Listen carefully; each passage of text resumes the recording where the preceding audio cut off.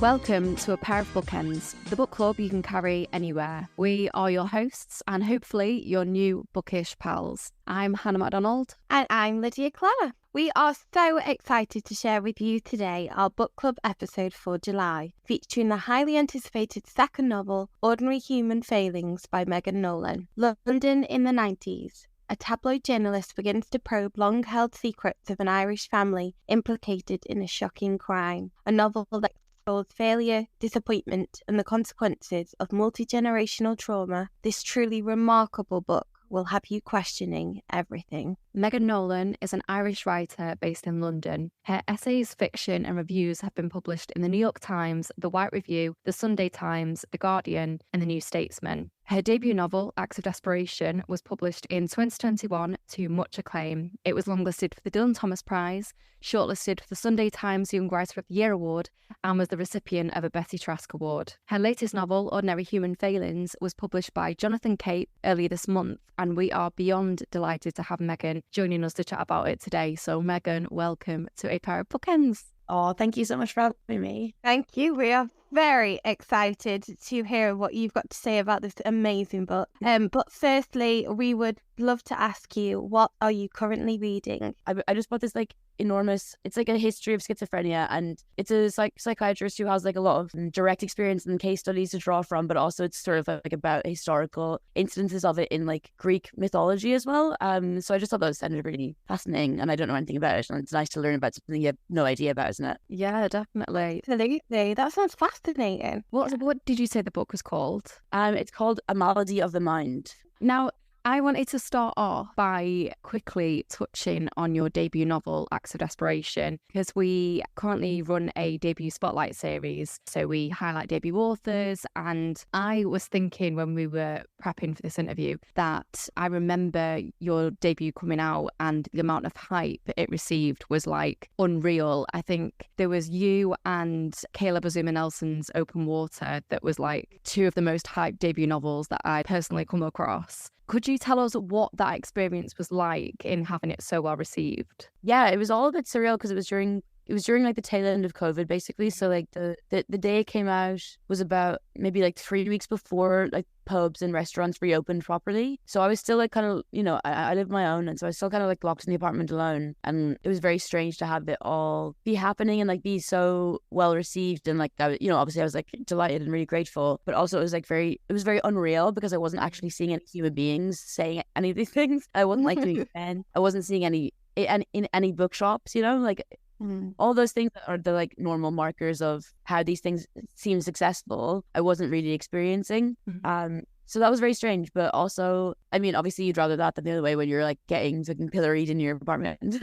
So that was nice, but yeah, I don't know. It was something I'd not anticipated at all, and people often think that I'm being self-deprecating or something when I say that, but I just hadn't. I didn't know anything about publishing. I didn't know anything about what it's like to release a book, so I didn't think about reviews, or I didn't think about what was going to happen that much beyond publication. So all of it was sort of surprising. Yeah, I can imagine it's such a weird time for us all as well. I can imagine that Ordinary Human Failings and that the publication of that has been a totally different experience, but I don't know if that's for the better or... It's been really nice to be able to actually see people and speak with people and do events in person, because I found that obviously you can do events on Zoom, but my skill as in terms of socializing is definitely better in person, and you lose a lot of the things that body language that mean a lot in terms of connecting with people. So speaking with people about Ordinary Human Failings in person has been a very different and rewarding experience, and yeah, I'm really grateful that I get to do that this time. That's amazing. Now, on to Ordinary Human Failings. I really would love to hear about the inspiration behind the book. I read a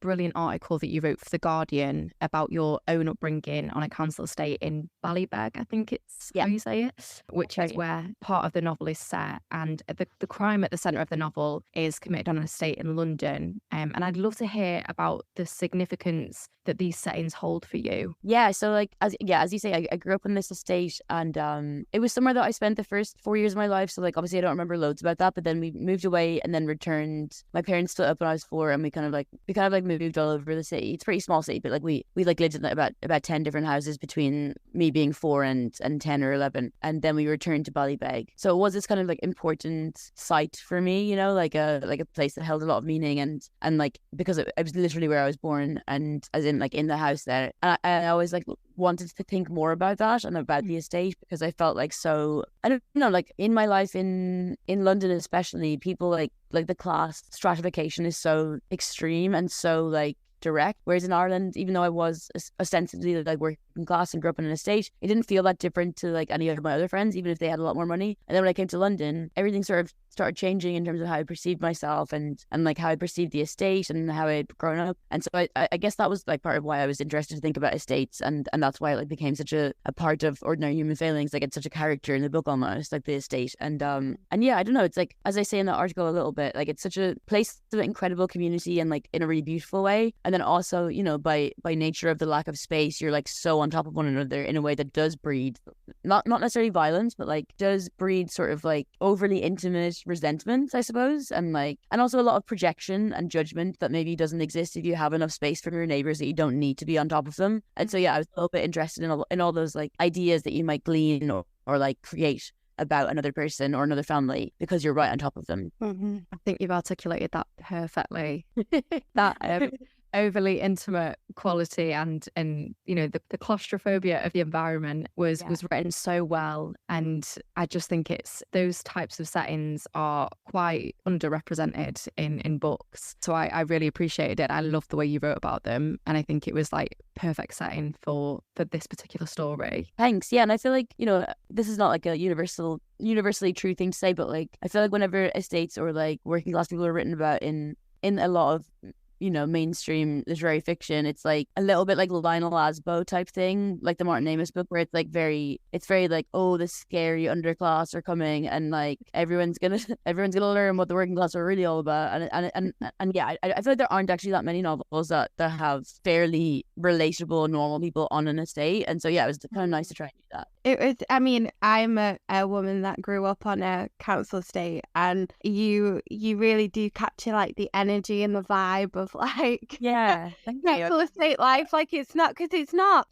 perfect, but there is definitely a feeling that is, I believe, very unique to living there, and you really captured that so well. Thank you. I'm so glad you think that. And also at the centre of this story, alongside this fantastic setting, we have this shocking crime that I won't go too much into detail about because of spoilers, but it is deeply moving and traumatic. Why did you want there to be this kind of incident to serve as like a catalyst for the family at the heart of the book? So basically the origin point of the book, or like the inspiration, was that I read, there's a Gordon Byrne non-fiction book called Somebody's Husband, Somebody's Son, which is about Peter Sutcliffe, the Yorkshire Ripper, and he had like an anecdote, and it was like barely even a paragraph as far as I remember, but he was like saying that a tabloid journalist had approached Peter Sutcliffe's family, several of whom were like quite severe alcoholics, and they like approached them as happened in my book, where like basically offering them to be sequestered as like a source on tap, and they would get free booze, some pocket money, whatever. And so I was like very struck by this idea. I don't even think it actually happened. I think the tabloid journalist just offered it to them, but I was very struck by this concept of like the hotel and like that kind of like pressure cooker of a family at their most extreme point, you know, and like all being kept together. So that was the starting point. I think I read that in 2018, like quite a long time ago now. And so I was just like thinking about that, very very low key thinking about that for a while, and so yeah, I think I was just like trying to think about what the crime would be then. And I also had like an interest myself in a couple of different things. So like there's I think initially it was a novel, and then it was a play, and then it was the screenplay on Channel 4. It was a film called Boy A, and it was like kind of imagined future of like one of the boys. It was a fictionalized version of the boys who killed James Bulger, and this Boy A was like kind of imagining the release from detention and what that life would look like. And I thought that was a really amazing film. And so I think I already was like a bit interested in the idea of like children who kill or children who do severe violence, and like that seemed like an interesting subject area, basically. Yeah, as Lydia said, it's really shocking, but it's so powerful the way that you've written it. And I was really curious about, because true crime has become such a phenomenon in like the last few years. Is that something that you have been interested in as like a fan? Or is this just something that you were drawn to because of those things that you read about? I was never like a huge true crime person, but I did have like a phase when I was quite young, like 15, where I remember I was like in a jumble sale or whatever in secondary school, and I just happened to buy this like Anne Rule book called The Stranger Beside Me about Ted Bundy, and it's like a very classic, like kind of corny but kind of amazing true crime classic. And I read that and was like, I think that was the first time I ever read anything in depth. This is like pre-internet, by the way. So like I'm 33, so like my teenage years were mostly pre-internet, and or like, you know, like I had access to it but I didn't have it at home, or like I wasn't able to use it a lot. And so this was like, you know, if you're growing up now, you can just literally Google fucking serial killer and find the most horrifying things on earth. But that was not the case when I was growing up. So when I read this book, it was the first time I'd ever read anything about like extreme sadism or like pointless brutality of that kind. So obviously it was very shocking. And I was like a horror fan. I read a lot with Stephen King, but I didn't like dive a lot into true crime. And yeah, like I think I have like the kind of similar level to a lot of people, a lot of women especially, who just like idly listen to horrifying podcasts every now and then. But like I'm not like really engaged with it. But Gordon Burns books are like really incredibly well written versions of true crime. They're like another level where he went to spend years at a time in these communities and like really embedded himself in them. So it's like, yeah, it's a very good, not good, but like good is like too weak a word, but it's a very like committed version of true crime, where I think a lot of it is just like regurgitating horrible facts, you know? Yeah. And I think sometimes it's hard to talk about true crime if you are, you know, interested in the subject without kind of sensationalizing it, or, you know, you do worry that you're going to kind of make light of it. But I am also the type of person that kind of goes to sleep listening to horrendous things. But, you know, I find it interesting. So that's the thing, is like, and like rightfully so, there are like a lot of questions about all this at the moment. But ultimately, like my friend, I don't know if you guys know, he's a very close friend of mine called Francisco Garcia. So he wrote a book called We All Go Into the Dark about Bible John. Like, so he gets asked about this stuff a lot, and a lot of it is kind of essentially like, why are you writing about these things? And it's like it's not like rocket science. They're interesting things because they're so extreme. You know what I mean? Like it's not evil or strange to be interested. It's like very natural because there's such unusual, strange behaviors. So like I don't feel like you have to apologize for being interested in those things, but I think there is a level of like, you want it to be like written in a certain way that is respectful and not like not really salacious and gross. Precisely. I think you definitely wrote about it in a respectful way, because I find it quite off-putting when people sort of sensationalise these things. I mean, Lydia loves all the blood and gory of everything, but I'm like, freaks me out. You're with details, please. I get so freaked out. I can't. Now, you briefly touched on then about the journalist. I think you said, did you say Peter Sutcliffe? You said the journalist involved in that story, and you said about him offering, speak about the right person, yeah? Yeah, you are, yeah. Okay. So you briefly touched on that journalist, and we've obviously seen over the years like the effects of tabloid journalism, and especially how heightened tabloid journalism was in the 90s, which is of course when your novel is set, and sort of the effects it's had on British culture, I think is so interesting. And I wanted to ask what the sort of research of that kind of journalism was like for you. Did you have to do much research of the journalism in that era? So what I did was I didn't quite know how to, like, I wasn't sure if there was going to be like an academic study or anything like that would be of any use to me. But what I did instead was there were several memoirs written by former tabloid journalists, and they were like, they're not like famous memoirs, they're like I think they were self-published, and if not, they were like very small scale publishing or whatever. And so I looked for those, or I just I happened across them, and they were quite interesting actually, because they were published before the Leveson inquiry. So it was like a little bit before the tide had turned against that kind of tabloid journalism.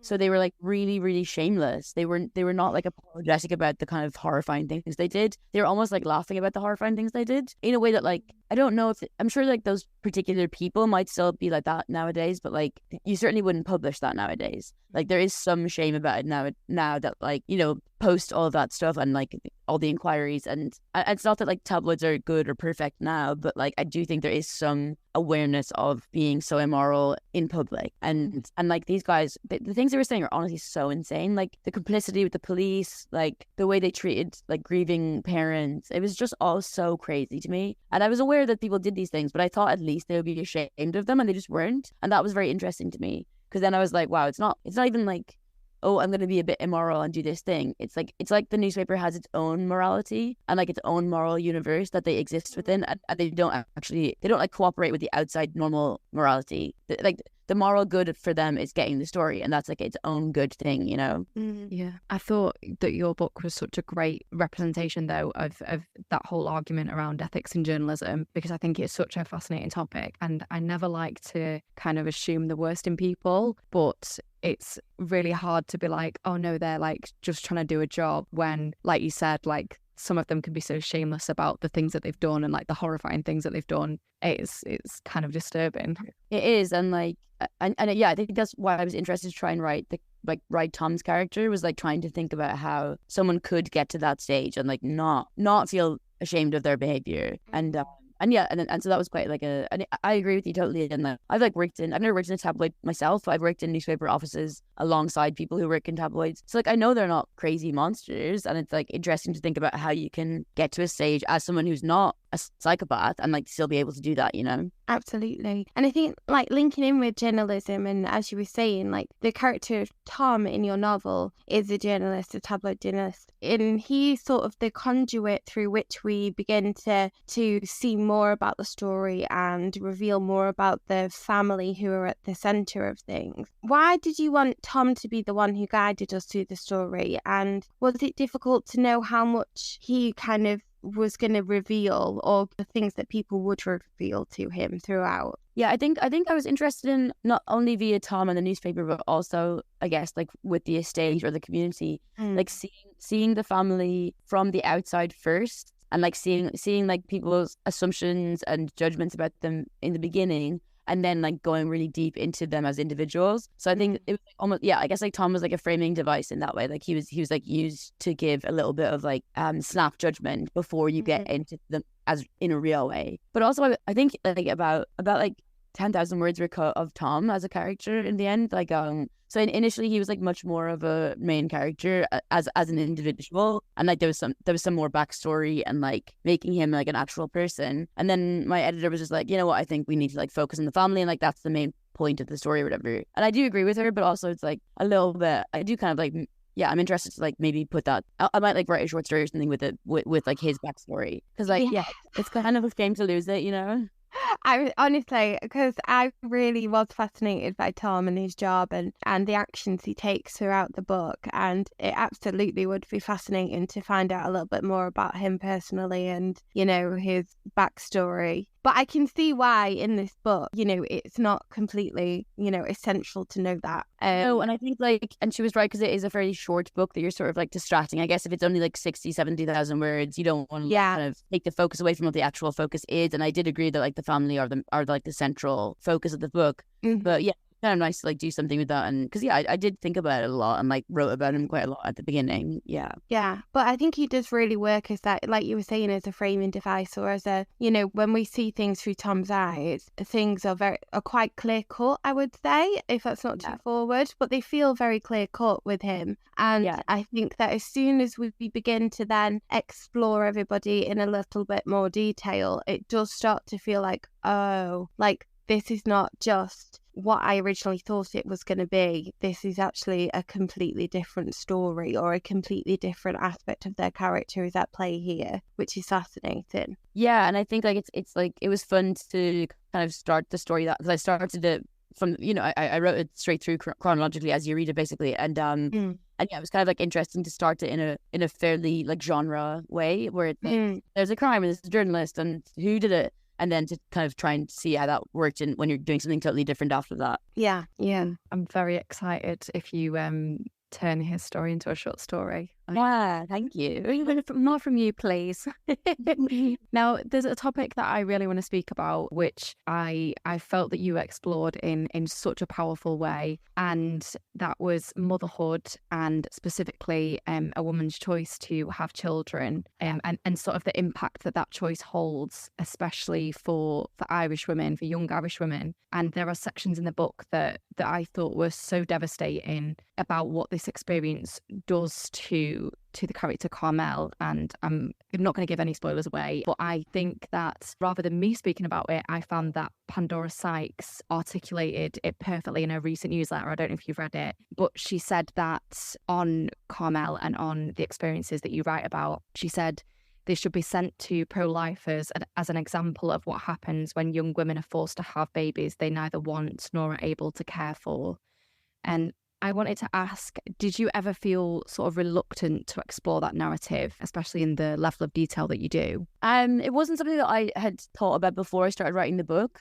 As in, I didn't think it wasn't in my mind to include that particularly. And how it happened, I suppose, was like I was trying to think about how a mother could be so alienated from her child, and like, you know, some possible reasons how this woman Carmel could end up being so removed from Lucy. And then one of the things I thought about was like, well, I guess if you had an unwanted pregnancy, which you ended up not being able to terminate for whatever reason, and you did have a child in that circumstance, it would be a logical possibility that you could be extremely alienated from the child then, because you'd had this incredibly traumatic experience with bringing her into the world. And so that was why it came up. But then as soon as I came to that possibility, I then felt like, oh, it's really important that I write about that actually. And I'm really glad that did come into my mind, because yeah, like in Ireland, obviously, it's only like 6 years since abortion was legalized, and it's only like very moderately legalized compared to a lot of other countries. And so yeah, like my entire life was, I was already living in England by the time it was legalized. So it's such a huge part of my generation, and every generation before me. Our like teenage years were so characterized by an extreme terror of pregnancy, you know, and so I kind of wanted to capture that, and like the complete horror of the idea, and like just like the complete lack of escape, and especially like if you don't have any money, how there's quite literally like no option, you know. There's not like a thing you can do or like try if you don't have a rich parent who can like bring you to England. There's literally nothing you can do. And so like that sort of like really frustrated, insane horror of like having this happen in your body and having no option is so extreme and crazy. So yeah, I did feel like I wanted to capture that, because lots of people, including myself, like post-repeal in Ireland, you're a little bit like, oh, you know, we worked really hard to get to this point, and now we just kind of want to forget that it ever happened, and like you want to move on. And I think it's sort of important to not let ourselves completely do that, and like realize how recent it was that was not the case. Absolutely. And I think, you know, one of the aspects that I found really interesting about Carmel was, and this isn't technically too much of a spoiler, but is that she very much disassociates from her situation, and kind of she almost like splits herself into these two people, and one of these people go in a box, and she just ignores that situation. And I found that fascinating about, you know, her ability to do that, and obviously the ramifications of that on her. But how did you go about kind of developing that idea of like she's just gonna decide that, or not even decide, but it's just gonna happen that she's gonna not acknowledge the fact that she's pregnant? Well, I suppose it is like famously a thing that there's a couple of like famous cases in Ireland of particularly very young women who like died because of that, basically, who like who denied their pregnancy not only to other people but themselves, to the extent they were giving birth, and like basically didn't know that they were going to give birth. And there was like one very famous case. It was that was it. Anne Lovish was her name, where she was I think she was 15 or 16, and she like gave birth without anyone having known she was pregnant, like late at night in freezing cold, and she died. And like it was a famous case in Ireland because it was sort of a turn. It wasn't, well, it was, you know, it was like still a good 30 years before anything legally changed, but I suppose it was like the beginning of these like sort of emergency unwanted pregnancies and becoming like public conversation at least. So yeah, I was just like aware of that possibility. And it is particularly to do with pregnancy, but like the mind is a very powerful thing, and like you could deny a lot of stuff and like make your body not believe reality. And a lot of people who are in extreme states are actually very well able to do that. And so yeah, I've always been quite interested in like the power of the human mind to deny that stuff. She's such an incredible character, and I think once people read this book, you know, our listeners, if they've not read the book yet, I just know that like she is the kind of character that will stay with you for a long time. And I was quite worried about asking that question before, because I know it's this kind of annoying stereotypical thing that people do where they turn to Irish female writers and go, so what are your thoughts on these like horrendous topics that you probably don't have to think about all the time? But I just thought that you captured that so well, and the way you explored it was so sort of profound, and I don't really have the words to describe, you know, how moving that was as a reading experience. But I think Pandora's Likes absolutely nailed it on the head when she said that it should be sent to pro-lifers, because it's as though they just have no kind of grasp on how debilitating that situation can be. Yeah, that's the thing. Like a lot of the time when you like hear those perspectives, it's like, yeah, it feels like you can't possibly know what it actually feels like, because if you did, then you would never allow it to happen, you know? Yeah. It's so impossible to live with that. Like, especially as the fucking 16-year-old or younger, like to be a teenager and dealing with that is so unbearable. And yes, I was like glad to try and represent that a little bit. And even though it was like obviously quite upsetting and hard to write, but like yeah, it was something that felt important to try and do. Absolutely. Now I really want to ask, I've seen you speak about, and I've seen a few reviewers comment on the fact that Ordinary Human Failings is sort of a sort of change in direction from Acts of Desperation in terms of genre. And I'm curious about your own thoughts on genre and writers and books being put into specific categories. So what kind of writer would you describe yourself as, and what kind of your thoughts on people being boxed off as a particular kind of writer? Yeah, I think like, I mean, if somebody who has no idea who I am or like anything about my work asks me what sort of writer I am, obviously it's like easiest to just go, I write literary fiction, right? Because that like catches everything. But I do think that like the privilege of literary fiction is like you are allowed to do a different thing every time if you want, and like that is kind of what I want to do. And so yeah, I don't know, like I was kind of like amused by the shock in a lot of the reviews where they were like, and she's done something different this time, and it's like, what are you gonna do, like write the exact same kind of book? Like that would be very, very strange, surely. So yeah, I don't know, like it doesn't seem that strange or like remarkable to me that I wrote a different kind of book, but people seem to be very surprised, and like I guess I'm like trying to figure that out myself. I don't really understand that, and like I don't honestly really understand what sort of book I could have written as my second book would have been similar to Acts of Desperation. Like I don't really get that. Yeah, I don't know. Like the idea that I have for my third novel is also completely different to like the first two. It seems very obvious to me that like that's the most pleasurable way to have a career, is like to try something different every time, you know? And like, and obviously they'll have things in common. And I think like the kind of writer that I am, that like every book will hopefully have in common is basically that I have a skill, hopefully, for like psychological insight and like being very close into someone's interior life. And, you know, that was like